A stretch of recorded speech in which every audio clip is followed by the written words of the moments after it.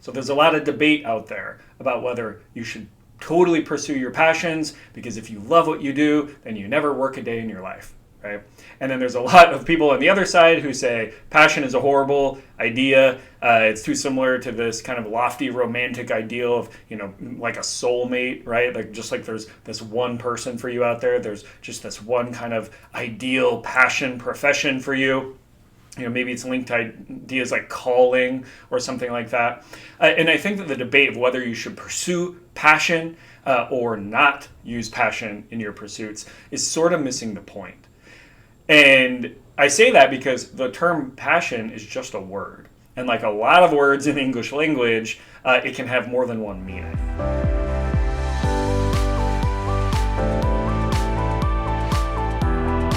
So we really need to dissect, what do we even mean when we say pursue your passions, right? So what are some of the component parts of passion, right? If we're simply saying something that gives you emotional energy, right, feelings, well, that can be good. It's good to do work that makes you happy, right, or that makes you excited. But at the same time, feelings are very fleeting, right? And so you might be excited about parts of a job or certain tasks or certain people you're interacting with, but your emotions will change, right? Maybe you really love your boss and they mentor you and they're just this really great person that kind of inspires you, encourages you, they care about you. Or maybe you have a boss that's kind of horrible, right? There's a lot of literature on the power of a manager to make work-life miserable. Whether it's a company or a kind of work that you really enjoy, a manager alone can sort of derail that, right? And so if we leave everything up to emotion, that's not necessarily a great approach. So if by passion we simply mean the emotions we feel when we go to work, it's helpful and it's certainly something to consider, but it's just one piece. We could talk about passion as interest. Are you naturally curious about a certain kind of work or profession, or do you find yourself for fun, watching videos or reading articles or trying to, get advanced training in an area simply because you enjoy it out of an interest, out of curiosity? Well, if that's passion, then that's also something great to go for. We can talk about passion as skill level. And in part, I say that because a lot of jobs are more enjoyable when you're better at them, but also when you're higher up, right? Entry-level jobs in almost any field are not going to be your most favorite role in that profession, right? And so if you're jumping entry-level job to entry-level job across very disparate or different kinds of work or companies, you might spend a lot of time in entry-level jobs and be like, wow, I'm not passionate about any of this. But maybe you'd find that you're a little more passionate once you get past that entry-level job. Once you have a team that you're working with and managing in some capacity, or once you're not the intern, but you actually have projects or tasks you're responsible for that you find interesting or exciting, right? So skill level is also a component piece of passion, because a lot of entry-level positions are not ones you're going to inherently say, yes, I'm super passionate about doing these basic office tasks for someone else. We could talk about passion as value alignment, right? Are you passionate about the values the company holds, maybe towards sustainability, or maybe it's doing a certain kind of work that you think is really meaningful? It's a social services agency or a nonprofit, or or it's creating a product or service that you think is transformative in people's lives. You could have value alignment with the company, and that makes you passionate about it, even if you don't love the day-to-day tasks. Or maybe passion is intrinsic motivation, not just the paycheck, right? But the things you get to do that you enjoy doing, or the people you're around that you have fun with, or that you find satisfaction in working with. So intrinsic motivation over extrinsic motivation, the literature shows this seems to create a more fulfilling experience in work. So we could call that passion. The idea of flow is also another synonym, if you will, for passion, because flow, this idea of being engrossed in certain tasks and activities, is a very pleasurable feeling for most people. When you lose track of time, being totally absorbed in something that you're good at, it has to be the right amount of challenge, and you have to have the right amount of capability, and people tend to really enjoy working in states like that. It is similar to what we might mean by passion, but not exactly. So in all of these cases, whether we're talking about passion as interests that you're curious about, or skill level, getting past the entry level positions, or value alignment with the mission or vision of the company, or intrinsic motivation because the work itself is really fun and meaningful to you, or flow because you are engaged and engrossed in the right amount of challenge in the tasks you do. All of those things are component parts. So maybe we need some different terms. It's not that saying you're passionate about your work is a bad thing. It's that you should recognize different people might mean different things when they talk about passion. So here are some things that might be good stand-ins for the word passion. Job satisfaction. If somebody asks you, hey, are you satisfied with your job? There might be different factors in which you're more or less satisfied, but that sometimes feels a little more concrete than saying, are you passionate about your job? We could use something like vocational engagement. Are you engaged in the work that you do? Or career fulfillment, right? Those internal motivators we talked about, or curiosity. We could even say something like purpose-driven work. Do the values of the company connect? So whatever terms we're using, it's important to think about what the language is actually getting at. And in the case of something like passion, it's very broad. It's an umbrella term, right? It's sort of like the word love. Right? Love can mean so many different things. You love your mom, you love your pets, you love your spouse, you love Doritos.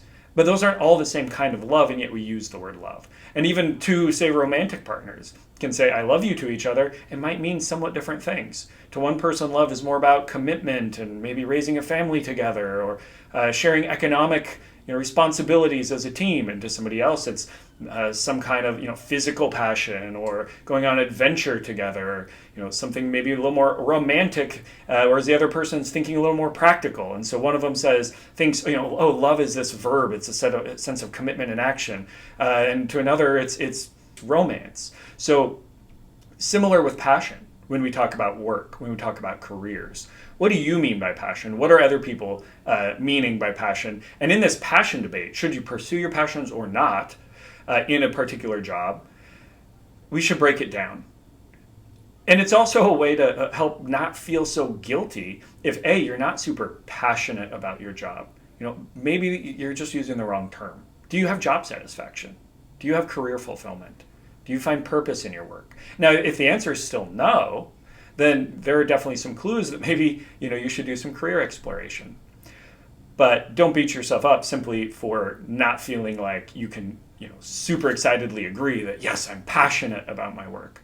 Or if you haven't started your career yet, you're still a college student and you're thinking about what career to pursue, and you're struggling with the idea that you don't know what your passions are yet. What am I passionate about?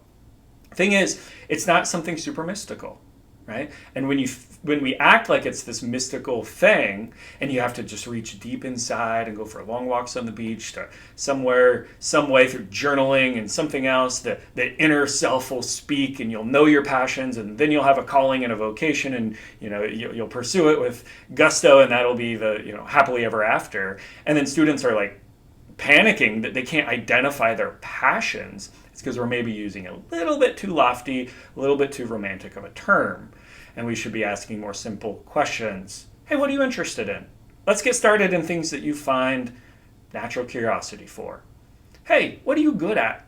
Let's get started with things that builds on the skill sets you already have. Or, hey, what do you care about? Let's get started with things that connect with some sort of meaning or purpose to you, right?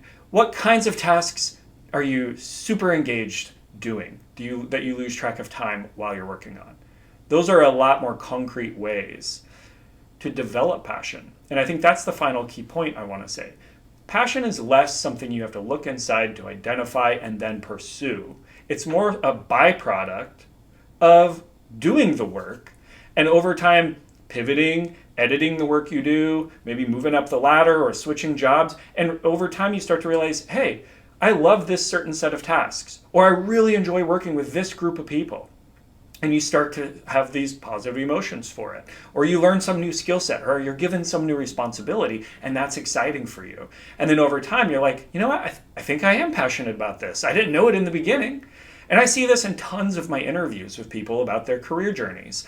Yes, there are some people who knew from the very beginning exactly what they wanted to do, and they set on that path and they pursued it and they stuck with it. But for so many people, the career journey is circuitous. It's a lot of different jobs over a long period of time. It's not a single job title, right? And so for those people, of the ones who can very much say, yes, I feel passionate about what I do, most of them are in jobs they did not imagine they'd be in. They couldn't have predicted that they would get where they are. I've had, when I was recounting, and if I'm including some gig work and college jobs, I've had over 20 jobs before I found the job I currently have as a sociology instructor at a university that I could say I'm really, really passionate about. I was a paper boy, I was a lifeguard, I have worked in a church, I worked in a nonprofit, I worked in a pharmacy. There's a lot of different things I did. I've done academic research-based jobs, and then more teaching ones, online versus live, a whole host of things. And in each one I learned things about myself, and there were things about each job I liked and things I didn't. And slowly over time, I've been able to edit the roles I have to fit me, to fit who I am. And so now I can say I'm very passionate about my job. But it took a long time to get there, and passion was developed along the way, right? When I worked in a church, I realized, I like teaching, but I didn't like a lot of the administrative tasks that I had to do. And then later my values shifted, for one. So now I'm more spiritual than religious. But so the church setting wasn't going to match my value set or give me as much purpose. But I still knew I liked teaching. And one of my first teaching jobs was an online class, purely online. And that was fine. And I still enjoyed it. But I enjoy the interaction with students even more. And so getting into a live setting, but then not having much connection with the university as sort of this adjunct. That wasn't super satisfying. I ended up writing a book literally about adjuncts because I saw some of the mistreatment that they received. And it just took a lot of time to find the thing that worked for me. And everybody's pathway, everybody's journey is going to be different. But I think that we need to think about passion as a byproduct or something that's developed, that we cultivate, rather than something we have to look inside to discover so that we know what to do, or rather than some high romantic kind of term that we beat ourselves up for if we can't state in the affirmative that we're passionate about our work. So sure, use the term, follow your passions if you want, but use some more concrete language when you define what you mean by passion, or scrap it for a synonym. I offered several. Thanks, and I'll see you in the next video.